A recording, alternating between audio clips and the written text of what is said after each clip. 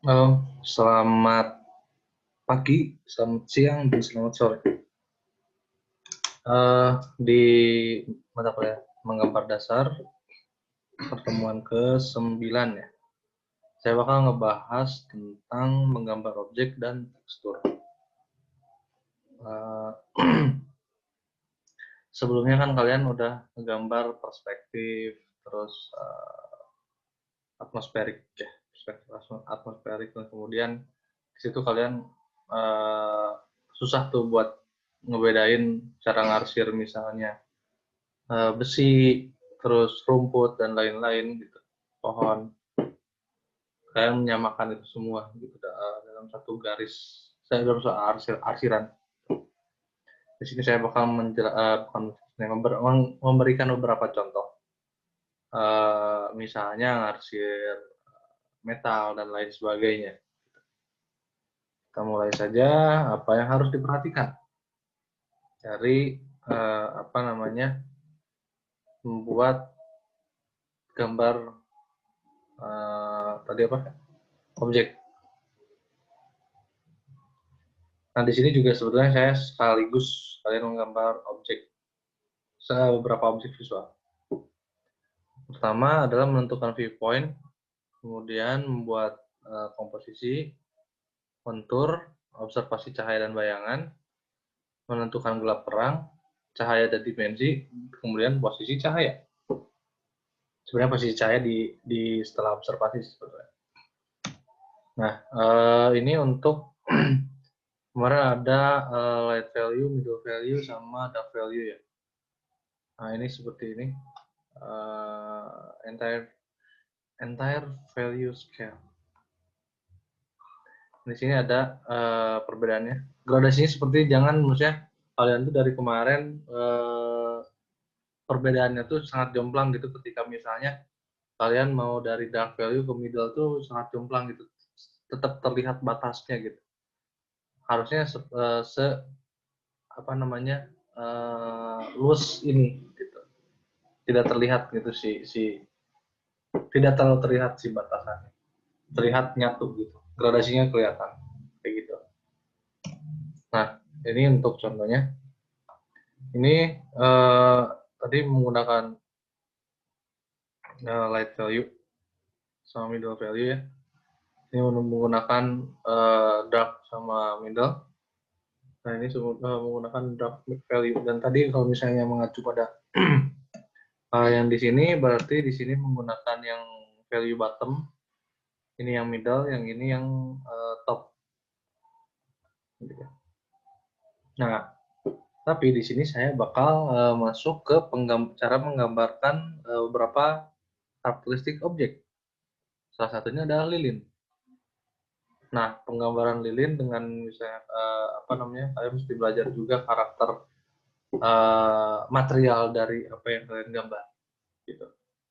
Di sini misalnya contohnya lilin, kita kasih apa namanya light value, kemudian tambahan dengan middle value juga, di sini tambahan dengan dark value-nya sedikit. Dan kalau misalnya untuk lilin ini tuh, kalian kalau misalnya menggambar lilin, tekniknya adalah dusel, teknik dusel yang digosok gitu. Jadi di sini untuk apa namanya kayak memperhalus lagi si teksturnya, memperhalus kalau apa namanya memperlihatkan bahwa si tekstur apa namanya lilin ini tuh lebih, kalau misalnya kalian tahu dia tuh doff tapi glossy juga gitu, kayak gitu. Tidak terlalu apa namanya memantulkan cahaya. Jadi mereka menyerap cahaya dan kemudian si teksturnya juga mesti apa namanya tidak setegas benda-benda lainnya. Seperti itu. Kemudian ini untuk, nah ini perbedaannya adalah tekstur untuk kertas, membuat arsir untuk kertas itu seperti ini. Indicate the local color. Nah, nanti ada istilah local color sama occult color. Nah, itu nanti bakal saya jelaskan di teori warna di pertemuan minggu depan. Nah, gitu. Nah, di sini kalian bisa baca sendiri seperti apa. Dengan media menggunakan medium gray tone gitu, dan ditambahkan dengan apa namanya, penambahan dari dark value-nya gitu. Kemudian ini pun ada penggunaan penghapus juga di sini gitu, biar untuk maksudnya memperlihatkan apa namanya, lipatan-lipatan dari si kertasnya sendiri. Dan kemudian ini ada brick atau apa namanya, bata, batu bata, teksturnya seperti ini, ke dinding. Kemudian di sini ada juga apa namanya, tekstur dari pakaian. Tekstur dari pakaian di sini kain ya, lebih ke kain sebetulnya.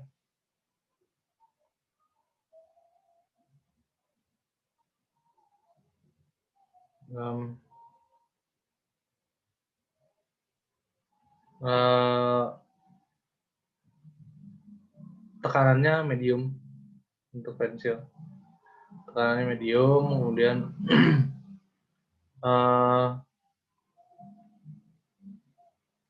sebenarnya kain ini lebih gelap ya, misalnya penggunaan dark value di sini lebih banyak gitu dibandingkan ini. Ini tekanan juga pasti lebih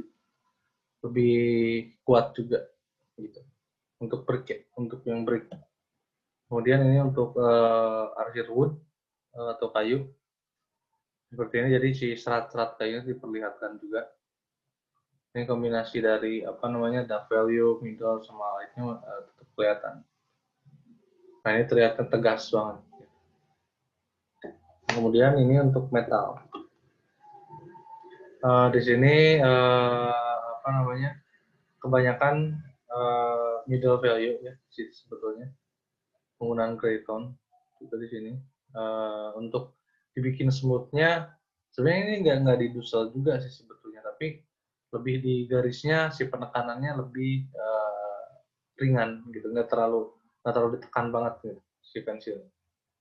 Dan biasanya untuk artis seperti ini si pensilnya di posisinya adalah di bikin 45 derajat, 30-45 derajat gitu. Nah ini untuk penggambaran dari jendela, terus apa namanya, tablecloth, meja, kain meja gitu. Ini untuk batu bata, kemudian anyaman juga nih kayak gini untuk bambu ya, ini lebih bambu, arsiannya lebih mungkin terlihat lebih gampang gitu dibanding yang lain. Yang lebih pusing adalah ketika misalnya kita ngegambarin si kain, tekstur kain.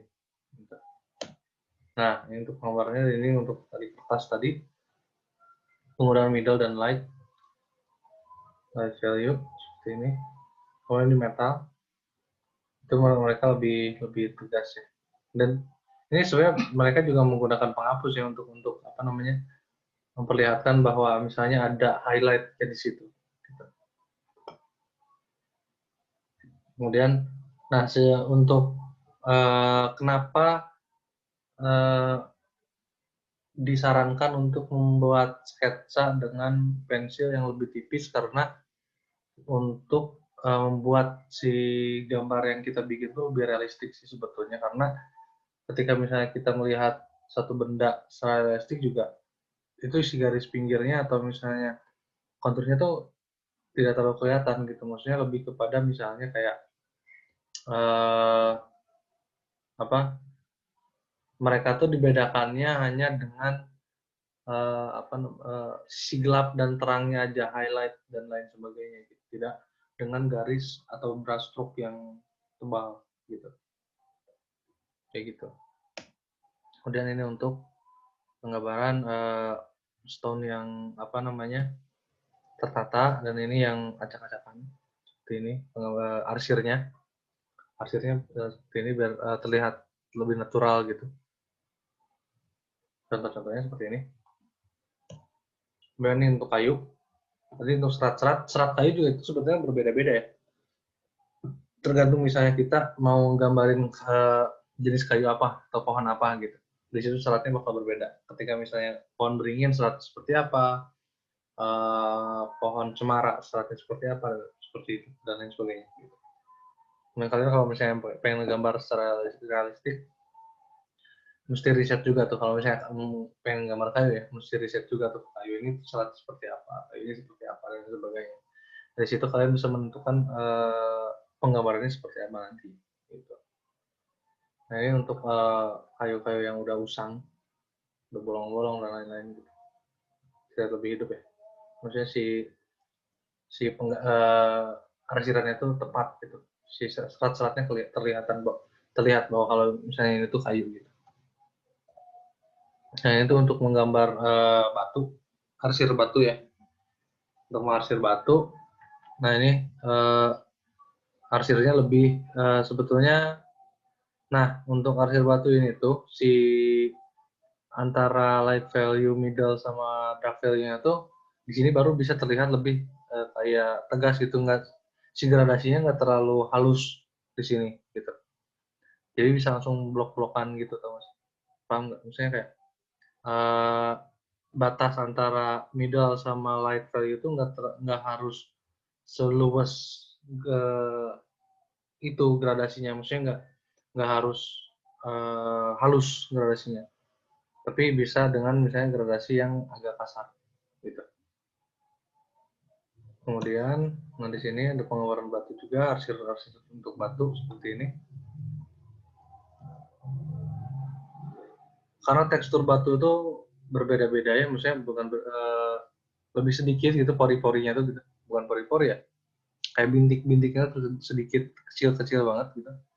Soalnya kalau misalnya pakai pen tuh lebih enak misalnya di pointillist, di stippling. Nah, kalau misalnya untuk pensil lebih baik di cross hatching aja gitu.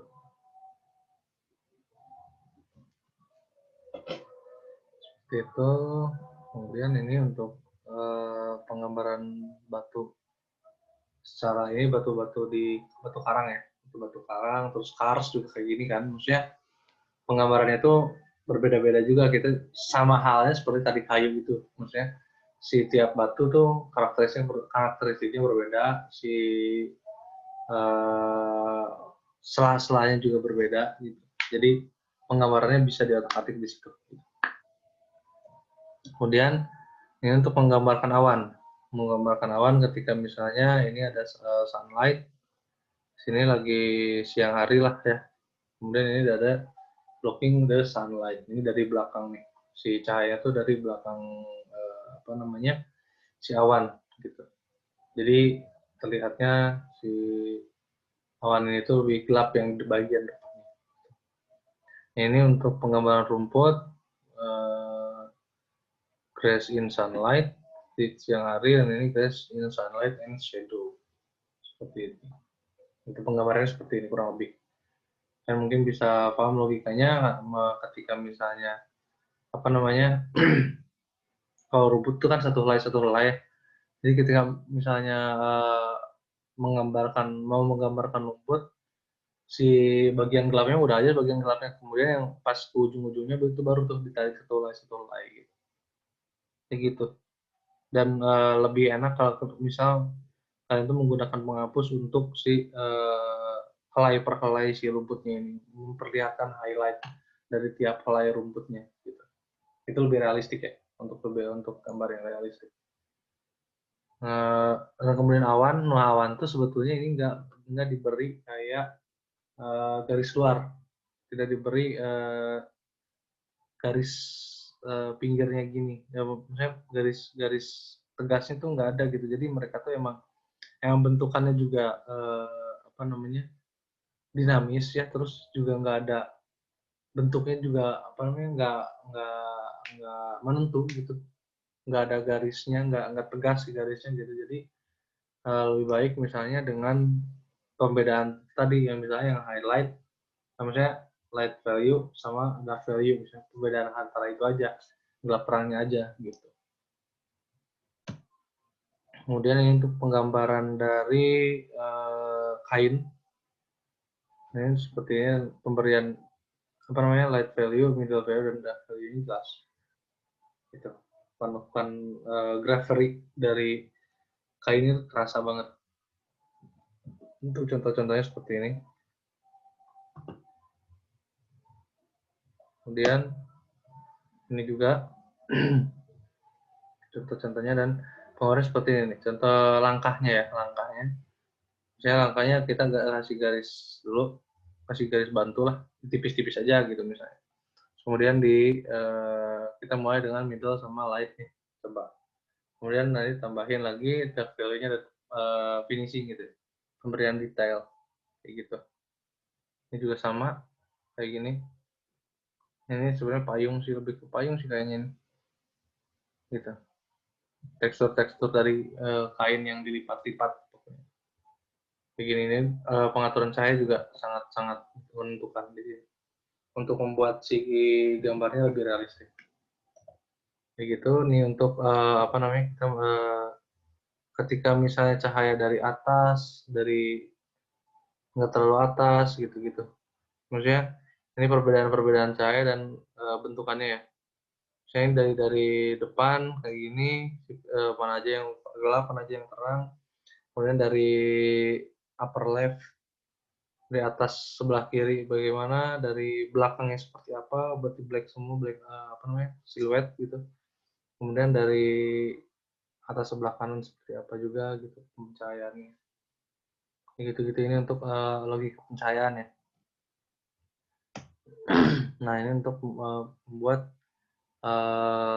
langkah membuat menggambar still life. Seperti ini kita buat dulu struktural sketch-nya.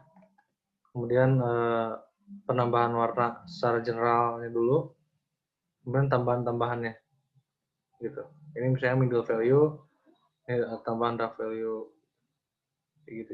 Udah hapus penghapusan di sini. Gitu. Penghapus di sini sangat penting ya untuk digunakan, apalagi ketika menggambarkan metal atau misalnya bentuk-bentuk kayak apa namanya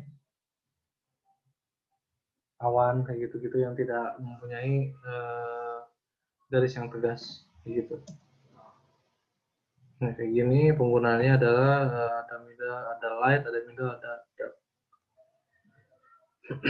Ini gitu dengan untuk pembuatan awal. Ini langkah-langkah juga saya sengaja memperlihatkan langkah-langkah dalam membuat suatu gambar still life. Langkah-langkahnya bisa kalian lihat sendiri aja. Maksudnya bisa kalian pahami sendiri aja. Di sini ada bentuk dasar, untuk dasar silinder, kemudian tambahan untuk bentuk dasar kayak gitu. Sampai akhirnya penambahan arsir. Kayak gitu, penentuan cahaya juga penting ya. Tadi disampaikan penentuan cahaya misalnya dari depan, kayak gitu. Ini semuanya rata nih, garisnya adalah hatching biasa.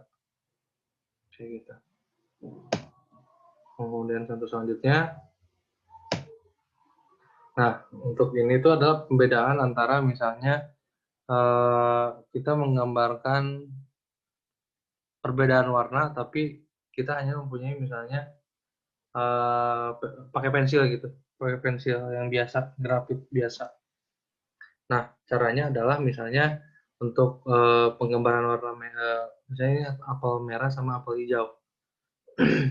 Itu mana tuh warna yang lebih gelap yang mana tuh misalnya? Warna merah nih, warna merah lebih gelap. Otomatis berarti misalnya analoginya adalah penggunaan pewarnaan untuk atau arsir, pemberian arsir di apel warna merah itu lebih tebal dibandingkan pewarnaan menggunakan pensil atau pemberian arsir di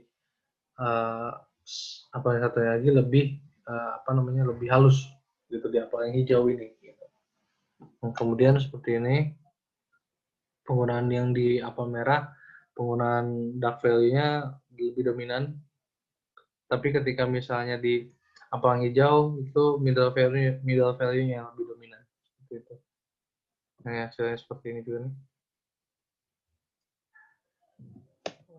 Nah, paling untuk pertemuan kali ini seperti itu. Sebenarnya penekanannya tuh sebenarnya di di materi kali ini tuh saya ingin kalian paham dengan apa namanya pemberian gelap terang pada sebuah benda dan bisa melihat apa ya bisa menggambarkan beberapa objek visual yang memang kita bingung untuk memberikan arsirnya gitu, misalnya kayak tadi awan, terus batu misalnya, kemudian nanti itu tadi apa namanya kain sih lebih repot ya, karena di situ kita mesti nunjukin gravery si kawinnya tuh si kain itu kayak gimana gitu, si lekukan kain itu kayak gimana, lipatan-lipatannya dan lain sebagainya. Nah, tujuannya adalah kalian bisa menggambarkan si lipatan-lipatan kain dan memberikan kesan bahwa kain itu terlipat gitu, dengan metode arsir yang kalian pelajarin kayak gitu. Itu untuk pertemuan kali ini mungkin segitu. Di pertemuan selanjutnya kita bakal fokus ke gambar still life. Gambar still life, tapi di situ unsur kain tetap bakal lebih banyak daripada objek lainnya. Gitu. Terima kasih banyak. Semoga harinya menyenangkan.